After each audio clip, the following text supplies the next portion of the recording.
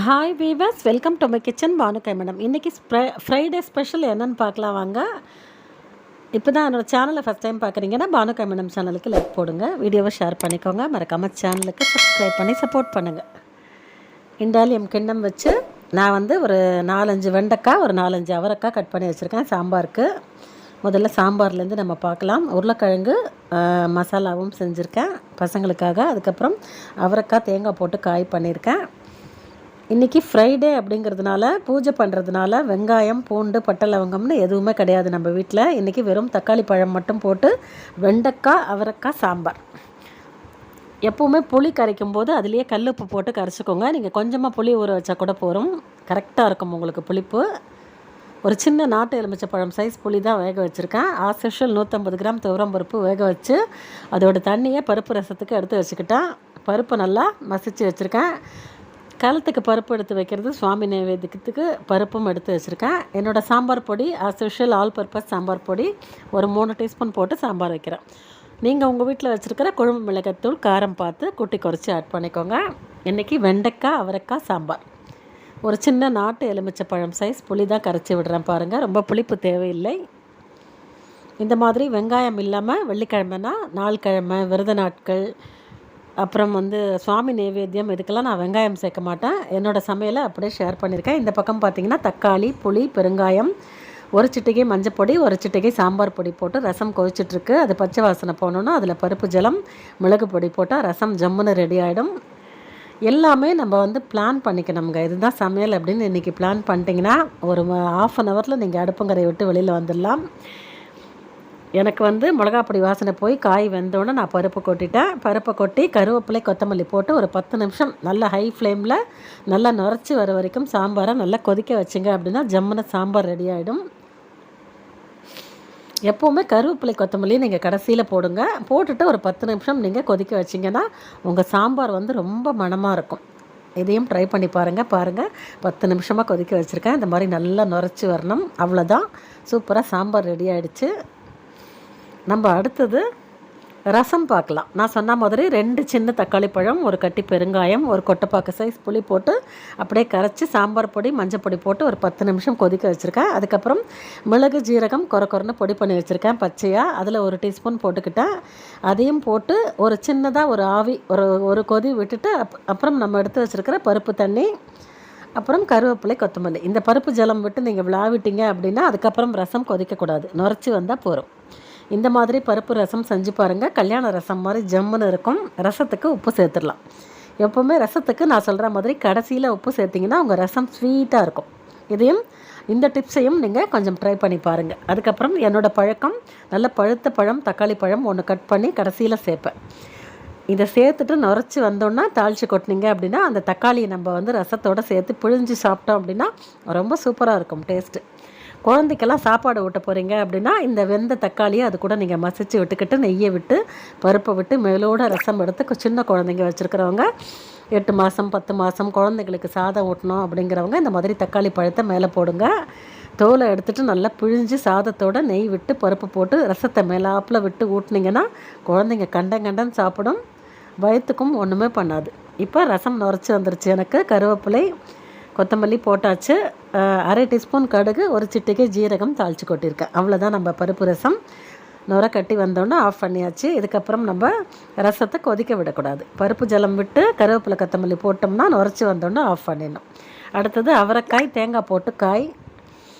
உருளைக்கிழங்கு நானும் எங்கள் வீட்டில் அவரும் சாப்பிட மாட்டோம், அதுக்காக அவரைக்காய் வந்து தேங்காய் போட்டும் செஞ்சுக்கிட்டேன் கொஞ்சமாக. இப்போ தேங்காய் எண்ணெய் தாளிச்சிருக்கேன். கடாயில் தேங்காய் எண்ணெய் 2 டீஸ்பூன் விட்டுருக்கேன். 1/2 டீஸ்பூன் கடுகு, 1/4 டீஸ்பூன் உளுத்தம்பருப்பு, முழு உளுத்தம்பருப்பு தான் தாளிக்கிறேன். 1/2 டீஸ்பூன் உளுத்தம்பருப்பு போட்டேன். 1/2 டீஸ்பூன் கடுகு போட்டிருக்கேன். கடுகு வெடித்து உளுத்தம்பருப்பு செவந்தோன்னே ஒரு சிட்டிகை சீரகமும் போட்டுக்கோங்க.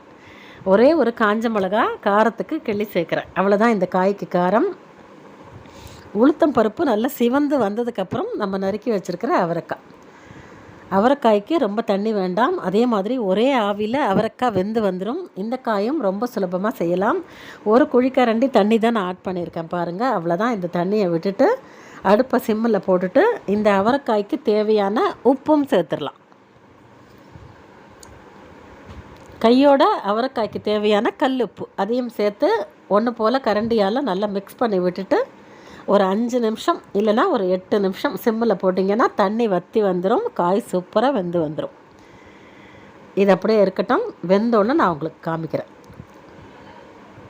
அவரைக்காய் ரொம்ப சீக்கிரம் வெந்துடும். பாருங்கள், அவரைக்காய் பிஞ்சாக இருந்தது, சுலபமாக வந்துருச்சு எனக்கு. கொஞ்சம் கூட தண்ணி இல்லாமல் நல்லா ஒட்டை சுண்டி வந்திருக்கு பாருங்கள். அதனால் உப்பு நீங்கள் பார்த்து திட்டமாக போட்டுக்கோங்க. இந்த மாதிரி சுண்டை வச்சிங்கன்னா உப்பு கம்மியாக போடணும். இப்போ ஒரு 1/4 முடி தேங்காய் நல்லா திருவி மேலே சேர்க்குறேன். தேங்காய் சேர்த்து நீங்கள் ரொம்ப நேரம் கிளற வேண்டாம். ஒரே 1 நிமிஷம் கிளறி விட்டுட்டு ஆஃப் பண்ணிங்க அப்படின்னா அவரைக்காய் தேங்காய் போட்ட கறி ஜம்முன்னு ரெடி ஆகிடுச்சு. இன்றைக்கி ஃப்ரைடே ஸ்பெஷல் அவரைக்காய் காயும் செஞ்சுருக்கேன். குழந்தைங்களுக்காக உருளைக்கிழங்கு மசாலாவும் செஞ்சுருக்கேன். உருளைக்கிழங்கு மசாலாவில் மட்டும் நான் இன்றைக்கி கொஞ்சம் வெங்காயம் பூண்டு எல்லாம் சேர்த்துருக்கேன். நான் சாப்பிட மாட்டேன், பசங்க சாப்பிடுவாங்க, அதுக்காக அவங்களுக்கு தனியாக செஞ்சுருக்கேன். இந்த அவரைக்காய் காய்க்கு அப்புறம் நம்ம உருளைக்கிழங்கு மசாலாவும் பார்க்கலாம். ஒரு 2 பெரிய உருளைக்கிழங்கு குட்டி குட்டியாக தோல் சீவி கட் பண்ணி வேக போட்டிருக்கேன். உப்பு சேர்த்து வேக வச்சுருக்கேன்.